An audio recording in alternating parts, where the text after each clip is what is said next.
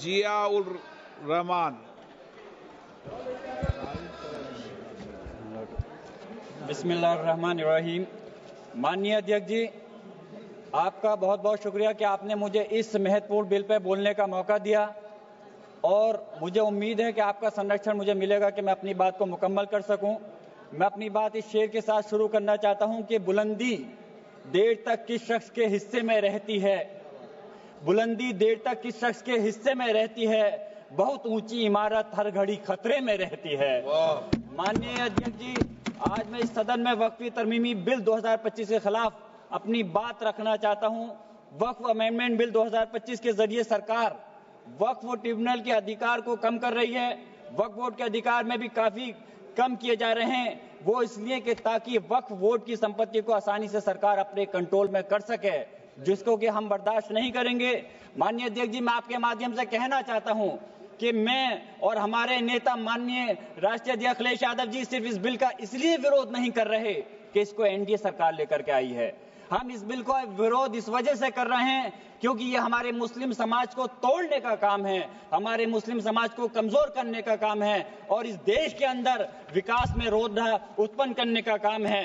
माननीय अल्पसंख्यक मंत्री जी कह रहे थे कि विपक्ष गुमराह कर रहा है, बल्कि हकीकत यह है विपक्ष गुमराह नहीं कर रहा इस बिल के ऊपर, बल्कि आप लोग गुमराह कर रहे हैं।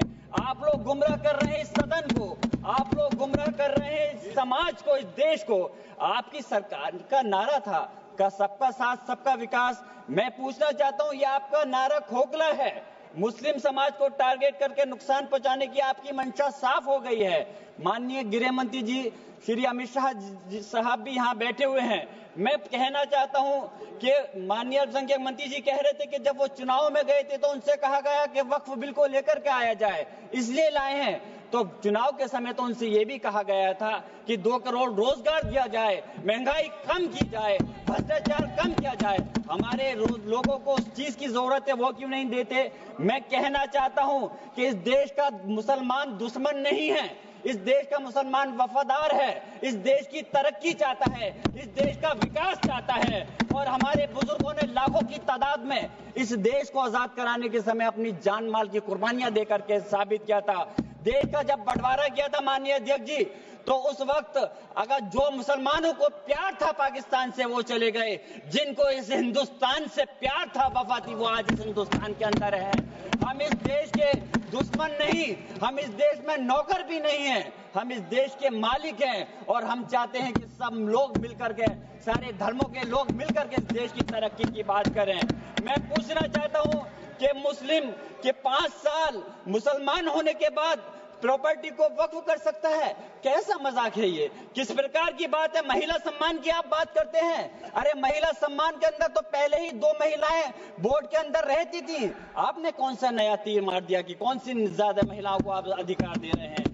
मंत्री जी भी कह रहे थे कि तमिलनाडु और केरल के लोगों को कहना चाह रहे थे। मैं पूछना चाहता हूं, याद रखना, यह बिल इतना खतरनाक है, हमारे सारे समाज को तोड़ने का काम कर रहा है और बिहार और खासतौर से आंध्र प्रदेश की जनता आपके सहयोगी दल को कभी माफ नहीं करेगी अगर वो लोग इस बिल पर आपका साथ देते हैं। तो मैं कहना चाहता हूं, कमाल की बात तो यह है, मुस्लिम समाज को हक देने की बात वो लोग कर रहे हैं जिनके पास 240 सांसद होने के बावजूद एक भी मुस्लिम सांसद आपके पास नहीं है। आप बात कर रहे हैं, मुझे अफसोस है कि आप इसकी बात कर रहे हैं। सत्ता पक्ष के लोग मुसलमानों की तरक्की की बात कर रहे हैं। आपके मुंह से ये बात अच्छी इसलिए नहीं लगती, मुसलमानों को उत्तर प्रदेश हो या हिंदुस्तान का कोई सा हिस्सा हो, उन्हें नमाज पढ़ने से दिक्कत है। माननीय अध्यक्ष जी, बस मैं अपनी बात खत्म कर रहा हूं। अजान से दिक्कत है, मदरसों से दिक्कत है, मुसलमानों के कारोबार से दिक्कत है, मुसलमानों की स्कॉलरशिप को बंद कर रहे हैं और उसके बाद वक्फ के माध्यम से मुसलमानों को हक दिलाने की आप बात कर रहे हैं। मेरा कहना है कि क्या देश में माननीय न्यायालयों के अंदर पहले से मुकदमों की कमी है जो नए इस बिल को लाकर के नए जन्मों को विवाद दिया जा रहा है? आप वैसे तो संवैधानिक प्रक्रिया पर यकीन रखते हैं, आप कहते हैं कि संवैधानिक प्रक्रिया के तहत ही हर बूथ में चुनना चाहिए, तो मैं वक्फ बोर्ड के अंदर क्यों आप नॉमिनेट करके सदस्यों और अध्यक्ष को नॉमिनेट करके सरकार के कंट्रोल में करना चाहते हो? मैं अपनी बात खत्म करते हुए मैं सरकार से कहना चाहता हूं आपके माध्यम से माननीय अध्यक्ष जी कि इस बिल को वापस लेना चाहिए। इस बात की वाजिब चिंता है कि यह विधेयक नौकरशाही की ज्यादती को बढ़ावा दे सकता है, जिससे मुस्लिम कम्युनिटी में विश्वास कम हो सकता है। संस्कृति और मजहबी विरासत की हिफाजत कभी भी प्रभावित नहीं होनी चाहिए। आप अलग से मुस्लिम संस्था के अंदर, आखिरी बात माननीय अध्यक्ष जी, आखिरी बात मैं कंक्लूड कर रहा हूं। मैं पूछना चाह रहा हूं कि दूसरे समुदाय के लोगों को वक्फ बोर्ड के अंदर रखने का क्या मतलब बनता है? क्या आप दूसरे मजहबी संस्थाओं के अंदर मुस्लिम समाज को भी रखने का काम करेंगे? तो इसलिए इस प्रकार का भेदभाव, नफरत की दीवार खड़ी मत करिए। इस देश की तरक्की के लिए सब लोगों को मिलकर के साथ चलना पड़ेगा। मैं अपनी बात इस शेर के साथ खत्म कर रहा हूं माननीय अध्यक्ष जी कि ये इंसान के बनाए हुए काले कानून, ऐसे कानून से नफरत है, अदावत है मुझे, इनसे हर सांस में तहरीक बगावत है मुझे। बहुत बहुत शुक्रिया माननीय। राजकुमार